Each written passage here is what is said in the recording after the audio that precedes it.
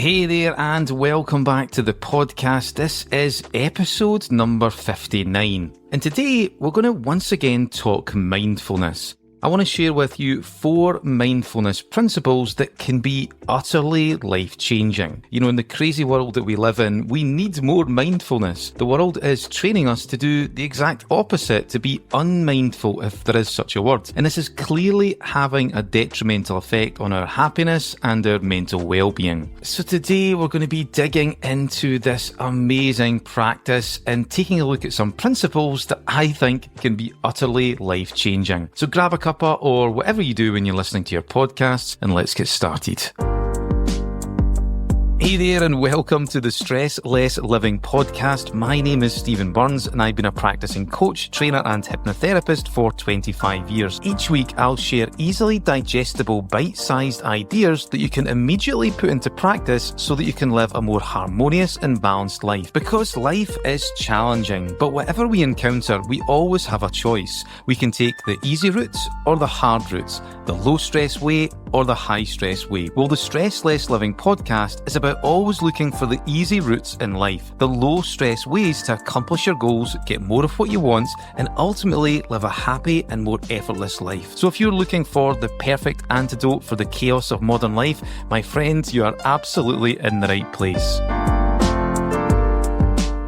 So in this episode, we're going to be taking a look at 4 mindfulness principles or practices that can be utterly life-changing. And I think the 4 I'm going to cover are no longer just nice to haves. They've become practices that are essential to living a happy and successful life. If you don't include them in your life in some capacity, then I think you're going to struggle. So let's get into it. So mindfulness principle number 1, the power of presence. So any mindfulness practice should always begin by anchoring yourself in the present moment. When you do that, so many of your issues just disappear. They just dissolve. I mean, if you think about it, most issues that we have involve the past or the future or a combination of the both. So, for example, we can feel bad about something that happened in our past. We can relive it, make ourselves feel miserable in the present because of it. Or we can use the past to justify why we're not getting the results that we want today. So maybe we say something like, well, I'm miserable because I had a poor upbringing. What chance did I have? Or I've failed in the past, so that means I'll always be a failure.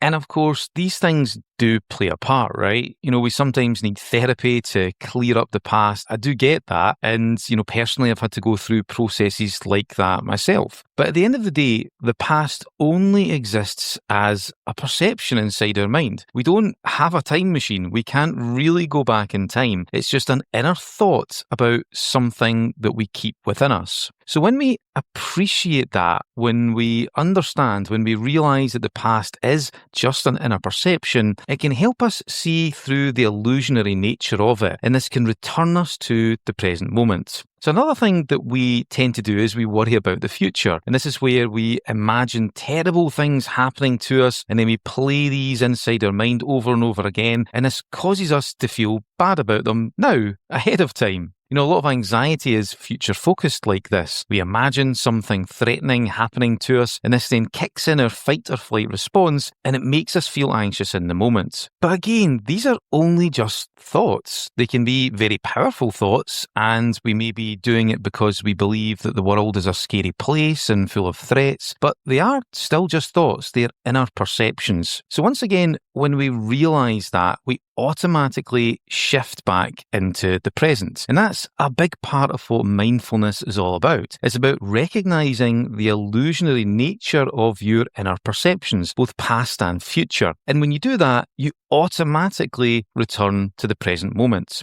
To give you an example, so a number of years ago, when I still worked in the oil and gas industry, they sent us on a week outward bound course. It was a kind of team building thing up in the north of Scotland. So we did all kinds of things like jump into the loch during November when it was freezing cold, and other things that were actually quite fun. And one of the things we had to do was something called a trapeze jump. So this is where you get all harnessed up and you have to climb up this tall, thin pole, stand on a platform at the very top, and then jump off the platform and try and grab onto a trapeze that's just a few feet away. So by the time it came for me to do it, I was pretty nervous because number one, I was the last person to go and everybody else had succeeded up until that point. And the second reason why I was nervous was because I had a bit of a fear of heights as well. So as I was climbing up this pole, my legs were shaking, I felt very much a panic in my chest, my mouth was going dry, but I pushed on and I eventually made it to the platform at the top. So once I stood on the platform, I took a few deep breaths, I braced myself, and then I jumped to try and grab onto the trapeze. And I don't know if you can guess what happened. I totally missed the trapeze and ended up just floating. The harness kicked into play and I was just like floating back and forward, and my friends and colleagues were having a good laugh down below. Now,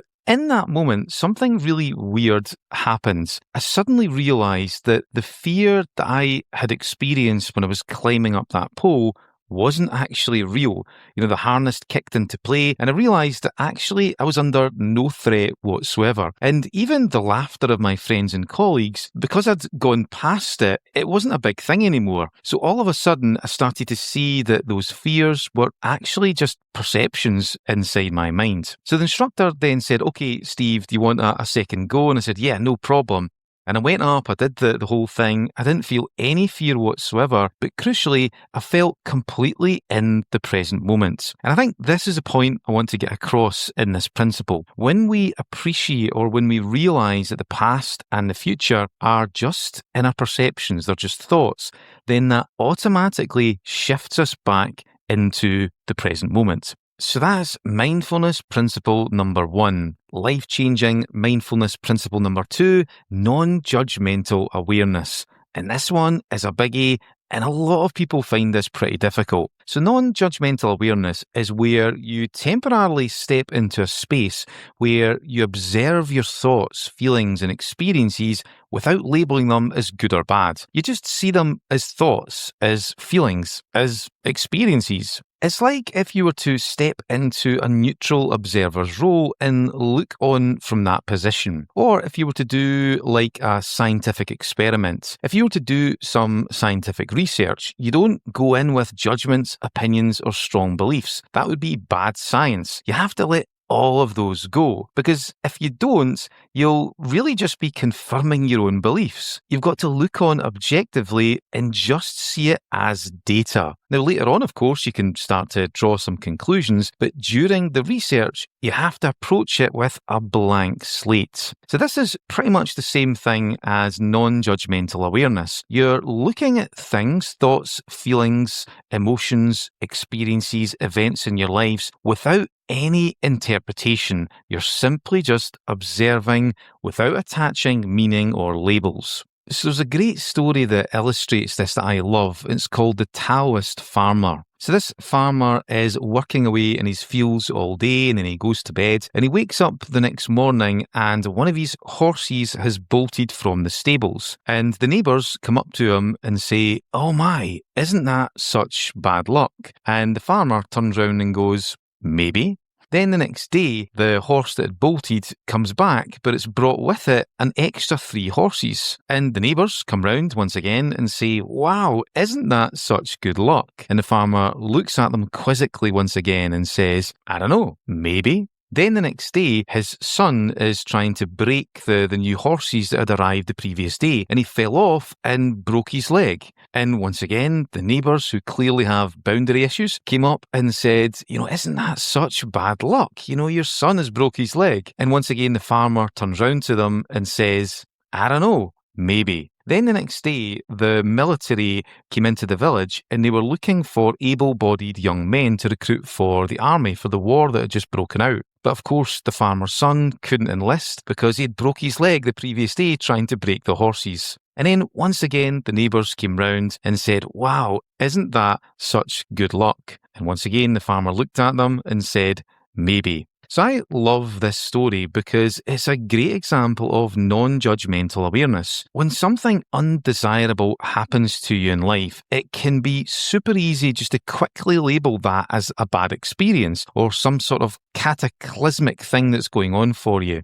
But at the end of the day, you don't know whether that's going to be bad or not. It only becomes bad when you label it as such. And over the course of time, it might turn into one of the most transformational or one of the most amazing experiences of your life. You really just don't know. So that's why you want to practice non-judgmental awareness. You want to create a space where you're not attaching any meaning or label to something and you're just allowing things to play out. So non-judgmental awareness like this is not necessarily something that you want to do all the time. I don't think it's possible to do all the time anyway. At the end of the day, as human beings, we are meaning-making machines, and meaning is what makes life fulfilling and satisfying. But you do want a non-judgmental space that you can enter when you need to. And this is especially useful when things aren't going well. When we go through tough times, there is a tendency to attach meaning to those events immediately. We stick a label on them. And often, especially if it's something big that's going on, that meaning ends up not serving us particularly well. So you want to create a space where you're not attaching any meaning to it for a portion of time. A bit like the farmer from our story there. Look at what's going on and say, is this bad?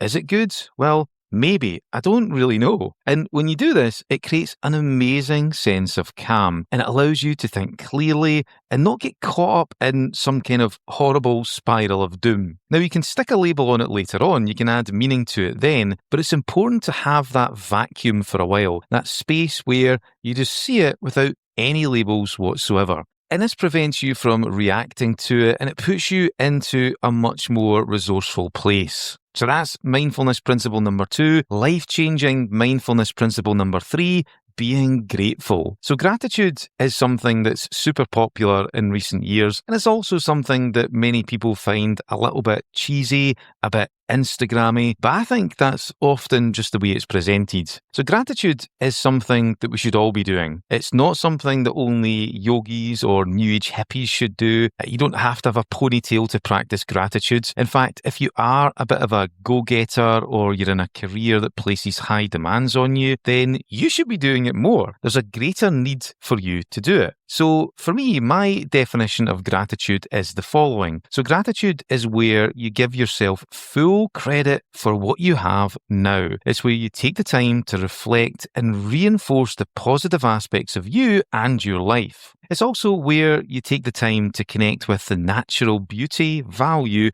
and bliss that life has to offer. Now, you could also add in an extra element to this definition by saying that gratitude can also be something that's expressed outwardly through acts of kindness. As the American motivational writer William Arthur Ward once said, feeling gratitude and not expressing it is like wrapping a present and not giving it, which I think is a great quote. Ultimately, you can decide for yourself what gratitude means, but for me, it's all about just being deeply thankful. It's about connecting with all of the amazing things that are currently in your world right now. So when you practice gratitude, what you're looking to do is you're looking to create a felt sense of this. It's where you spend some time reflecting and reconnecting with the good that's already in your life, to the extent where you begin to feel a rich emotional sensation of those things inside your body.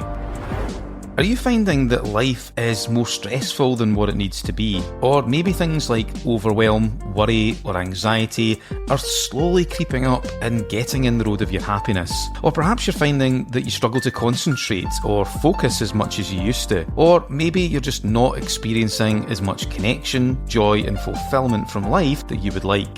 If any of those things resonate, then you would benefit greatly from integrating a mindfulness practice into your life. So in February 2026, I'm going to be running my very first Mindfulness Practitioner training. I'm super excited about it. It's all going to be done on Zoom. It's live, but you'll also get access to all of the recordings with lifetime access, plus a whole heap of resources I'm going to be adding. So if you want to join me on this training, I'm going to be offering it at a significantly reduced rate because it's the first time I'm going to be doing it.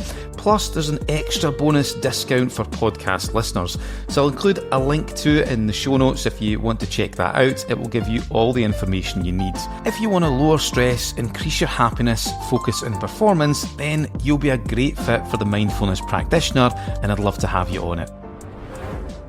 Now, there are multiple reasons why you want to be doing this, and that's most likely an episode in itself. But the main reason is because of something called the negative bias. So I think I've spoken about this before in previous episodes, but it's definitely worth going over again. So the negative bias is the idea that whenever something bad happens to us, or if we sense that something could be potentially harmful, our brain has a tendency to highlight these events more brightly than other experiences, just to make us aware of it, which makes a lot of sense from an evolutionary perspective. Your brain's prime directive is to keep you safe. So because of this, it prioritizes potential threats over other experiences. For example, if you were standing in the streets and a car was bearing down on you at full speed, I hope that never happens, you'd want to know about it so that you could take action and get out of the way. That's a negative bias in action. So this works for us, of course, from an evolutionary perspective, but there is a downside. It makes it so that the negative elements of our life become magnified, and the positive aspects don't get the full credit that they deserve. As an aside, this is also the reason why people can become quite cynical as they get older. Over the years, they've built up such a large stockpile of negative events that there's not much room left for optimism. So this is why you have to practice gratitude. You need it to counteract the negative bias. If you don't, then your happiness and levels of fulfillment will start to decline naturally over time. So there's lots of ways to practice gratitude. A simple way is to just make a list of the things that you're grateful for, and then circle the top 3 things on that list, the things that have the most oomph behind them, the things that are most important to you. Then spend some time each night just before you fall asleep, or you can do it in the morning as part of a morning ritual if you like, just thinking about them. And you want to think about them until you begin to feel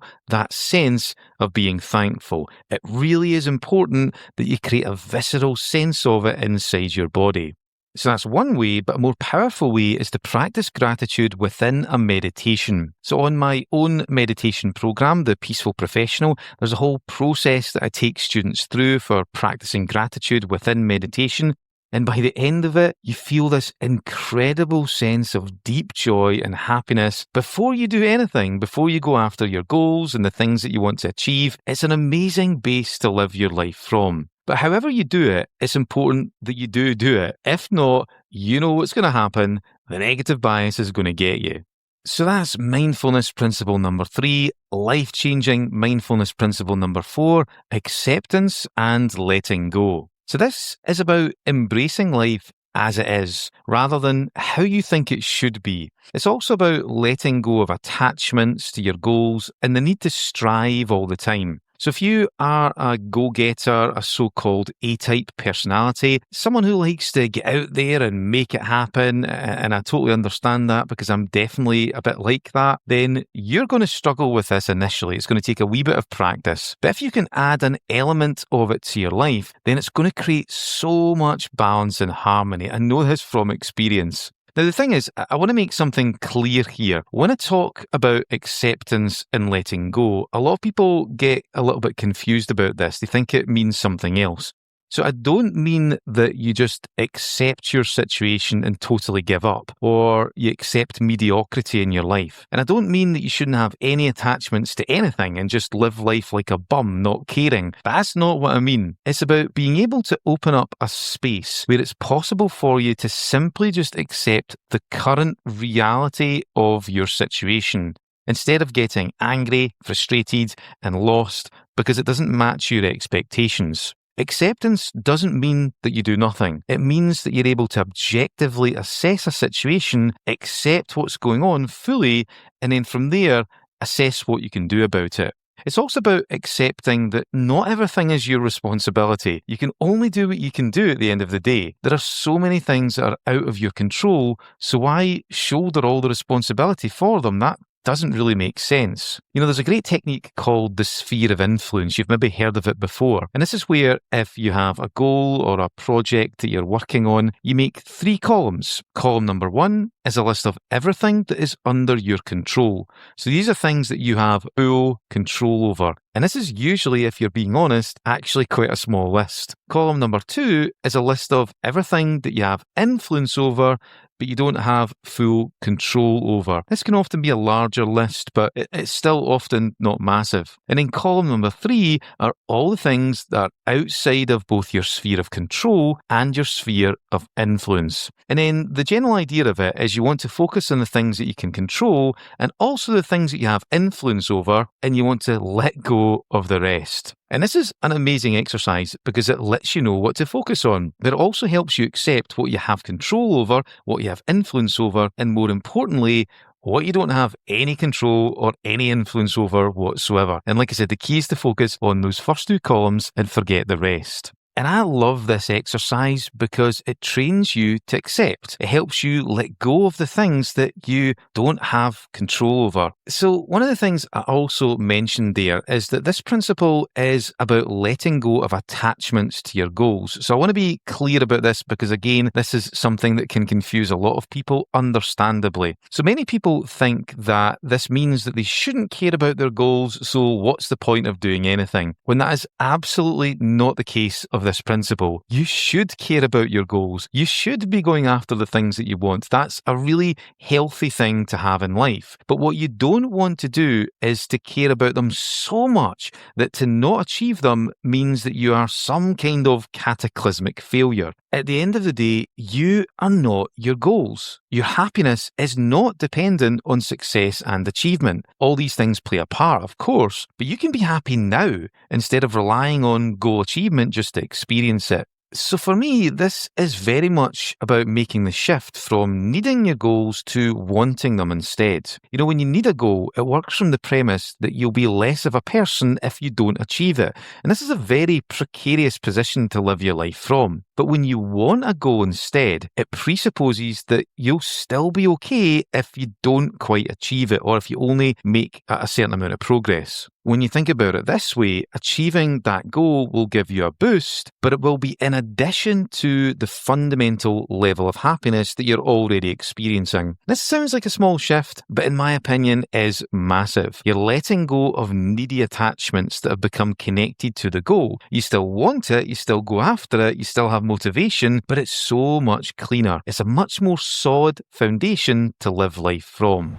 So there we have it. That's 4 mindfulness principles that can be utterly life-changing. Let's do a quick review. So principle number 1, the power of presence. And this is all about being in the moment. And this is a natural space for us to exist as human beings. But the thing that takes our attention away from the moment is often when we start to relive the past. We can get trapped there, or we can worry about the future. But when you make that realization that both the past and the future are just inner perceptions, and you start to see through the illusionary nature of those inner perceptions, you automatically start to shift back into the present moment. Principle number 2, non-judgmental awareness. So this is where you step into a space where you temporarily stop attaching meaning and labels to things. And what that does is it just creates this really nice vacuum, this wonderful sense of calm. And this is especially relevant if we're going through tough times. It can be very easy to quickly attach a label or meaning to something, and usually because of the heightened emotion of the situation, that meaning is often not particularly useful. It can actually be downright toxic. Usually it just doesn't serve us. But if you create that vacuum, if you open up that space where you just observe without judgment, without attaching meaning or labels, then it creates a sense of calm, and that's almost always where you start to get a clear view of how to move ahead.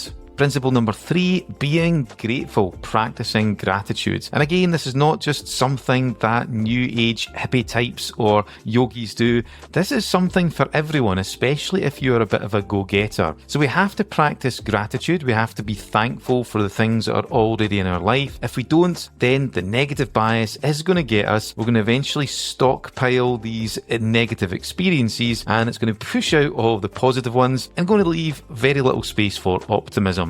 And then finally, principle number 4, acceptance and letting go. And this is not about not caring, and it's not about not taking action, far from it. It's about accepting the reality of your situation, meeting the world where it's at, and then assessing what you have responsibility for, what you can do, what you have control over, and what you have influence over. And then you want to let go of the rest. It's also about shifting from needing your goals to wanting them instead. When you need a goal to happen, then it tends to work from the premise that if you don't achieve it, then that means you're somehow less of a person. But when you want it, then that tends to presuppose that you're okay even if you don't get it. So getting it is a bonus. This is a much more secure, powerful and resourceful place to live your life from. So that is 4 powerful, life-changing mindfulness principles. If you enjoyed this episode, if you could follow or like wherever you listen to your podcasts, and if you're feeling especially generous, I'd love it if you can leave me a review.